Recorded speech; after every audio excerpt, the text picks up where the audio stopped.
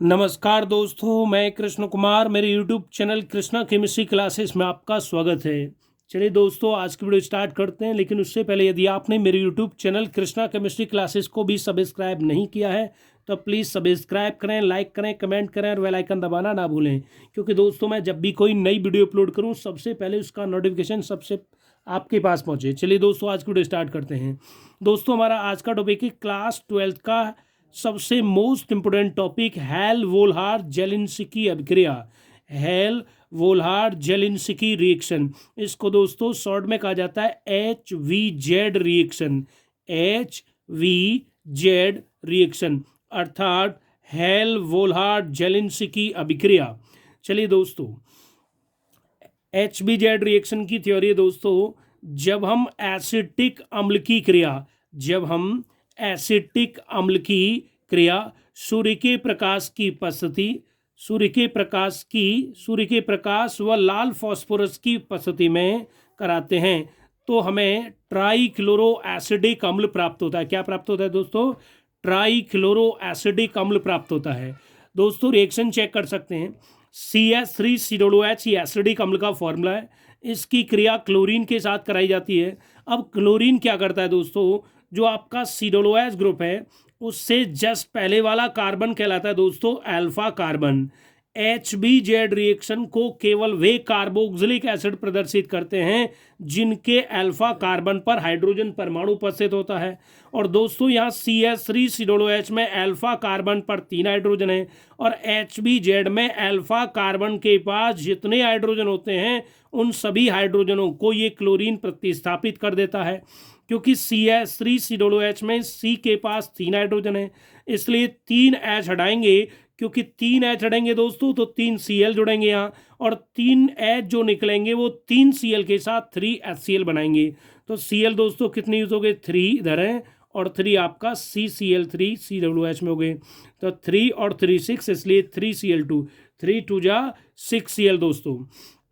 क्योंकि दोस्तों इसका नाम एसिडिक अम्ल है और एसिडिक अम्ल में 3 Cl जुड़े दोस्तों, इसलिए इसका नाम हो जाएगा ट्राईक्लोरो एसिडिक अम्ल। ट्राईक्लोरो एसिडिक अम्ल, क्योंकि एसिडिक अम्ल के फॉर्मूले में 3 Cl जुड़े इसलिए ट्राईक्लोरो एसिडिक अम्ल हो गया दोस्तों। चलिए दोस्तों, एक उदाहरण और देख लेते हैं।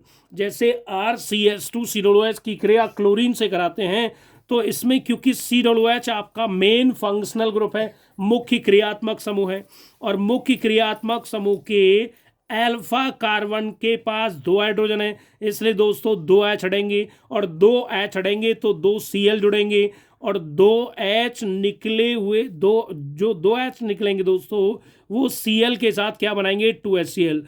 तो दोस्तों कितने Cl हो जाएंगे? 2 और 2 4 Cl, इसलिए 2Cl2 यानी 2 2 जा 4 Cl हो गए दोस्तों।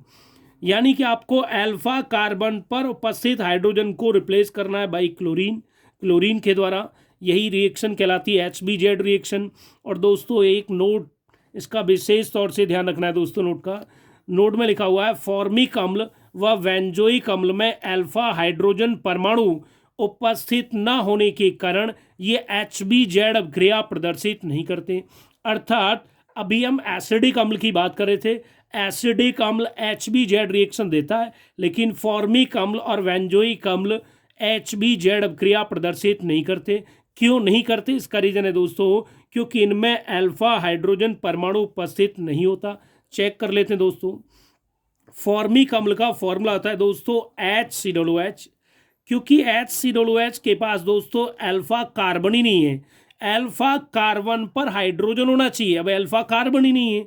अगर आप चेक करेंगे दोस्तों CS3COOH जो आपका मेन फंक्शनल होता है कार्बोक्सिलिक एसिड, उसका पहले वाला उसका यानी पड़ोसी कार्बन ही अल्फा कार्बन है और अल्फा कार्बन पर हाइड्रोजन है, इसलिए यह HBZ क्रिया प्रदर्शित करेगा। इसके पास अल्फा कार्बन ही नहीं है, इसलिए HBZ क्रिया प्रदर्शित नहीं करेगा। लास्ट एग्जाम्पल आपका बेंजोइक एसिड। बेंजोइक एसिड दोस्तों बेंजीन के टॉप पर COOH या फिर हम C6H5COOH भी लिख सकते हैं। बेंजीन इसलिए बेंजीन की रिंग और उसके टॉप पर COOH। दोस्तों जिस कॉर्नर पर बेंजीन के कॉर्नर पर COOH लगा हुआ है ये आपका अल्फा कार्बन है, और क्योंकि इस अल्फा कार्बन पर हाइड्रोजन परमाणु उपस्थित नहीं है, इसलिए आपका बेंजोइक अम्ल भी HBZ अभिक्रिया प्रदर्शित नहीं करेगा। और दोस्तों इसका स्पष्टीकरण ऐसे भी किया जा सकता है दोस्तों, ये इसकी रिंग रहेगी दोस्तों, इधर COOH रहेगा, इधर कार्बन है दोस्तों, इधर भी कार्बन रहेगा दोस्तों, और ये भी आपका कार्बन हो जाएगा दोस्तों। इस कार्बन से 2 बॉन्ड है, इसलिए एक H, क्योंकि एक आपका डबल बॉन्ड भी आएगा, क्योंकि बेंजीन में 3 डबल बॉन्ड है दोस्तों।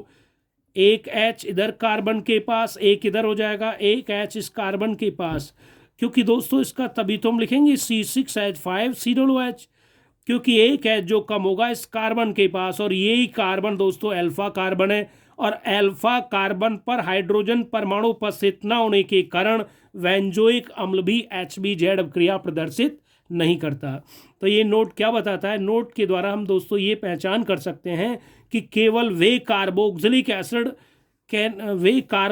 एसिड HBZ रिएक्शन देते हैं जिनके अल्फा कार्बन पर हाइड्रोजन परमाणु उपस्थित होता है, और यही कारण है कि फॉर्मिक अम्ल और बेंजोइक अम्ल HBZ अभिक्रिया प्रदर्शित नहीं करते।